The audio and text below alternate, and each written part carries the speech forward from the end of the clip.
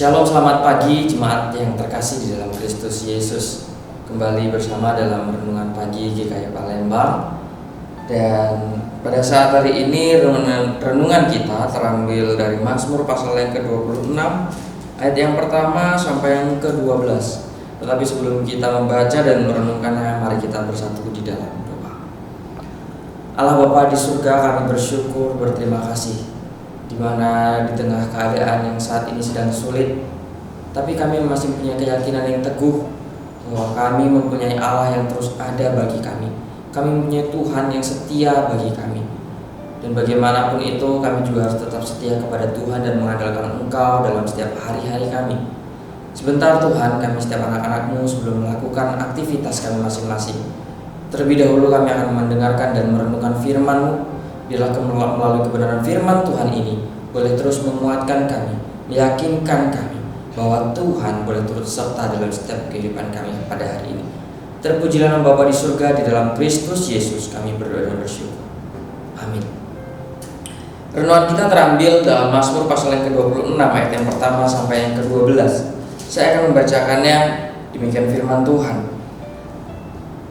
Doa mohon dibenarkan oleh Tuhan dari Daud.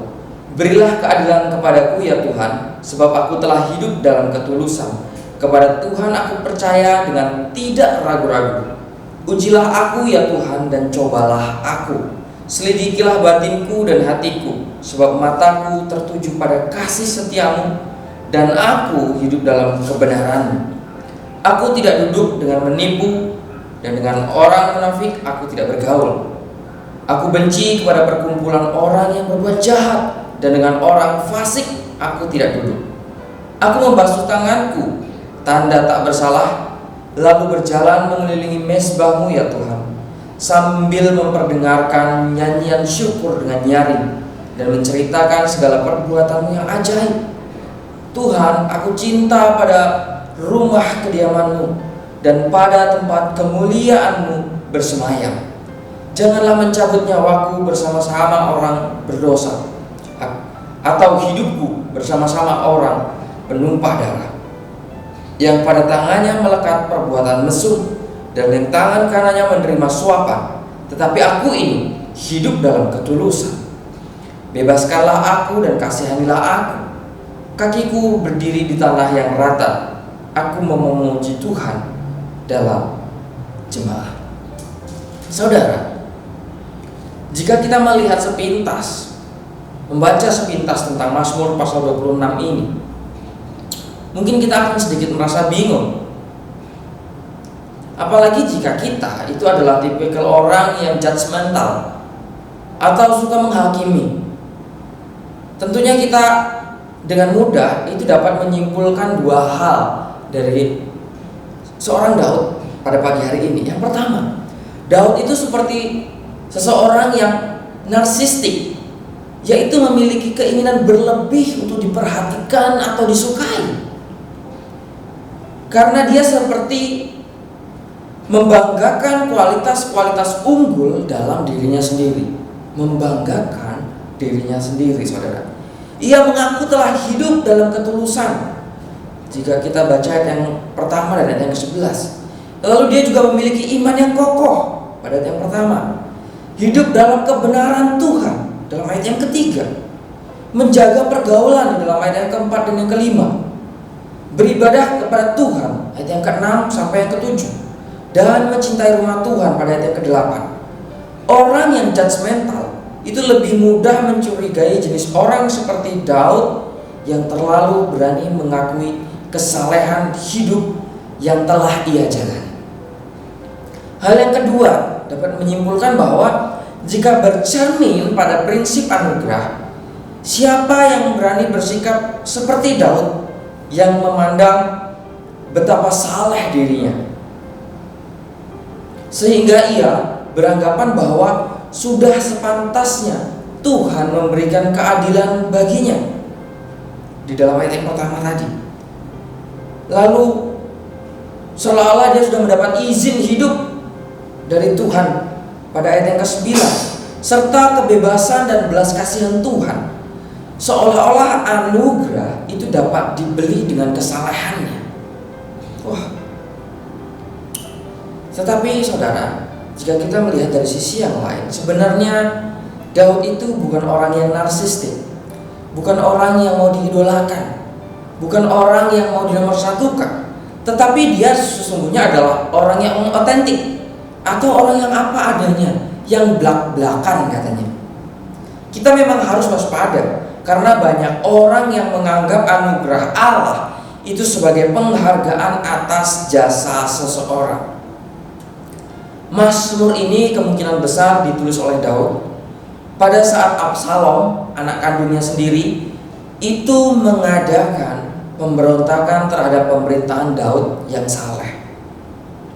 Namun, daripada melakukan perlawanan yang dapat mengakibatkan perang, saudara, dan mengakibatkan banyak jatuh korban jiwa, Daud memilih datang dan meminta pembelaan yang daripada Tuhan. Secara terang-terangan, inilah seorang Daud. Secara terang-terangan, Daud memohon kepada Tuhan untuk memberikan keadilan, bukan main hakim sendiri. Sebab jika Daud mau main hakim sendiri, dia adalah seorang pemimpin pada saat itu. Tentu dia bisa melakukannya. Tetapi dia memohon belas kasihan kepada Tuhan, dia memohon keadilan daripada Tuhan, sehingga apa yang dia lakukan ke depan itu tidak mengakibatkan perpecahan atau peperangan dalam persaudaraan. Daud mempersilahkan Tuhan untuk menguji dan mencoba dirinya, menyelidiki batin dan hatinya sendiri. Tak ada niat yang terbesit dalam hati Daud untuk mempertahankan posisinya sebagai raja. Tidak ada motivasi jahat yang tersembunyi dalam hatinya sebagai seorang manusia. Tidak ada kebencian yang membakar hasrat yang dibungkus dengan alasan untuk mendidik putranya. Daud yakin bahwa pada akhirnya kebenaran akan Tuhan nyatakan, dan dari mulutnya sendiri di hari itu ia akan memuji Tuhan. Kita sudah dapat melihat hal yang baik dari Daud. Daud datang kepada Tuhan secara otentik, atau secara apa adanya, secara belak-belakan, secara terbuka, bukan narsistik yang memiliki keinginan berlebihan untuk diperhatikan dan disukai oleh Tuhan, dan membiarkan Tuhan terus memurnikan hatinya. Yang jadi pertanyaan dan renungan kita pada saat ini adalah, dalam posisi manakah diri kita ketika kita sedang mendapatkan persoalan hidup, masalah hidup, atau bahkan ketika kita sedang menghadap Tuhan? Apakah kita adalah orang yang narsistik, atau kita orang yang otentik? Mari kita koreksi bersama-sama. Jangan sampai ketika kita datang memuji Tuhan ternyata tujuannya hanyalah narsistik, supaya kita mendapat pujian dari sesama kita mungkin, supaya kita mendapat perhatian khusus dari Tuhan mungkin. Tapi ingat saudara, dalam setiap kehidupan kita, Tuhan terlebih dalam menilik kedalaman hati kita, sehingga narsistikkah atau otentikkah kita, Tuhan jelas lebih tahu. Tetap andalkan Tuhan dalam pekerjaan dan usaha saudara, dalam kehidupan kita hari lepas hari, sehingga kita tetap bisa menunjukkan pribadi yang otentik di hadapan Tuhan, bukan pribadi yang narsistik di hadapan Tuhan ataupun sesama kita. Biarlah kebenaran firman Tuhan yang singkat ini boleh terus mengingatkan kita sepanjang hari kita, sehingga melalui setiap sikap, perbuatan, dan omongan kita boleh terus memuliakan nama Tuhan. Terpujilah nama Tuhan kekal selama-lamanya. Amin.